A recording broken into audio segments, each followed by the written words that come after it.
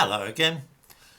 Old fossils of a certain age, and I am certainly a repeat offender in this respect, sometimes bemoan the loss of Britannia from the coinage as exemplified by the old penny. This was a copper coin the size of a cartwheel, of which there were 240 to a pound. Ah, the good old days.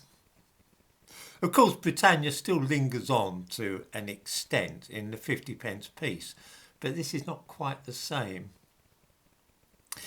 Viewers like this will no doubt rejoice to learn that Britannia has made a triumphant return to the currency and that the Royal Mint has commissioned some new bullion coins with Britannia on. There were two big problems, of course, with the old image of Britannia, and these have thankfully been rectified in the new version. The first difficulty was that Britannia had always been shown as a white woman, which won't do at all these days. The second is that she has always been shown also carrying a trident and shield. This is a little too militaristic for the modern age, and they've accordingly been left out of the latest coins. She's now shown apparently unarmed. This served a double purpose. Because, of course, nobody wishes to see a white Britannia these days, it was decided to substitute a black woman. However, if this had been done with the old-style figure of Britannia, then her face would have been so tiny that nobody would have been able to notice her ethnicity. So it was decided that instead of a full-length figure, this time there would be just the face of Britannia. After all, if you're going to irritate people in this way, there's no point in making the gesture if people can't see what you're up to. So it is that the new coins show a close-up view of an obviously black woman. You can see her in the thumbnail to this video. There was a natural desire, of course, to avoid having the design drawn up by somebody who was really British, and so an Irish artist, P.J. Lynch, was chosen for the job. He's a liar, by the way. Talking of his decision to make Britannia black, he said, "I didn't think Britannia symbolised nobility or a great leader, but an embodiment of people and the whole of Britain. I thought about all the faces I see walking on the streets, and I wanted to reflect that diversity." In fact, fewer than 2% of the faces he would see walking on the streets belong to black women.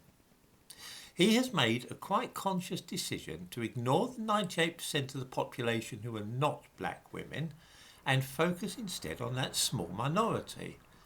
This is political propaganda. Now, of course, the question is bound to be asked, and it's a very fair one: does it matter?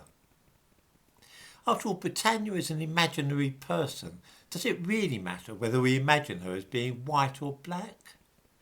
I think that it does, and I'll try and explain why I feel that way. Many nations have legendary figures or gods which personify their character and history. Britannia is, of course, one instance of this. America's Uncle Sam is another. These are not real people, but they are rallying points for a country. Uncle Sam typically comes out at time of war, as does Britannia, and you don't see him these days, but John Bull, it's the same, out of the same mould. Britannia is, on the old penny, shown sitting by the seashore with her weapons of war and a lighthouse in the distance. This depiction of her on the beach is symbolic of Britain's determination to ward off invaders and fight for our nation's right to be free. That's why we sing Rule Britannia, of course, on the last night of the Promenade concerts. Although for how much longer that's going to carry on, I wouldn't like to hazard a guess. Thinking about other people's national gods and mythical figures for a moment puts me in mind of Shango.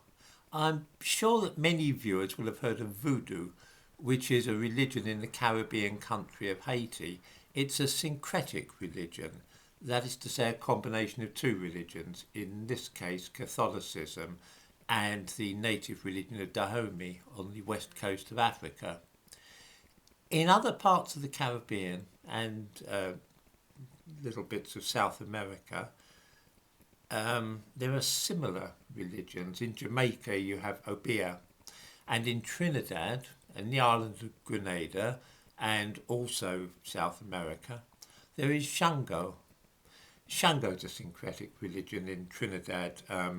There's an expression, Trinidad Baptists, and this is a combination of Christianity and Yoruba religion. Shango is actually the name of a Yoruba nature god. He's the god of thunder. The Yoruba people, of course, live in Nigeria, along with the Igbo and Hausa, main tribal groupings of the nation. Shango is still an important figure for the Yoruba, and pictures and statues of him are commonly found in Nigeria. He is depicted as a huge, muscular black man. The Yoruba royalty trace their descent from Shango.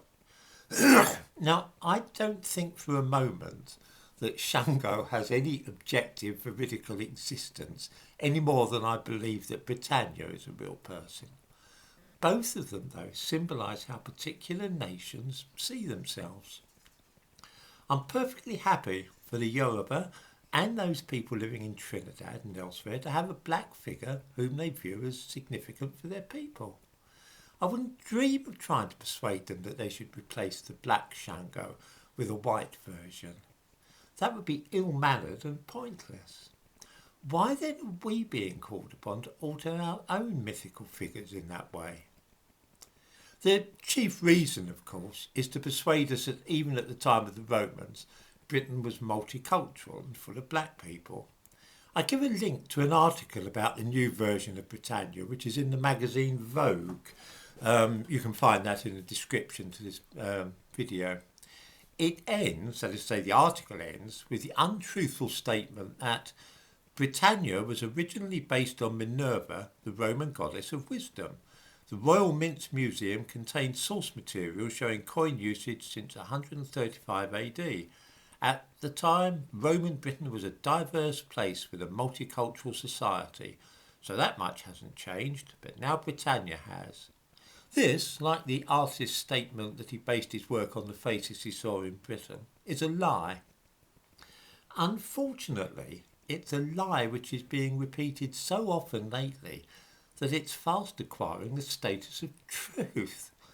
I think I shall have to do another video soon explaining just why there is no evidence at all that black people lived in Britain at the time of the Roman occupation. But I fear that I'm fighting a losing battle on that particular front.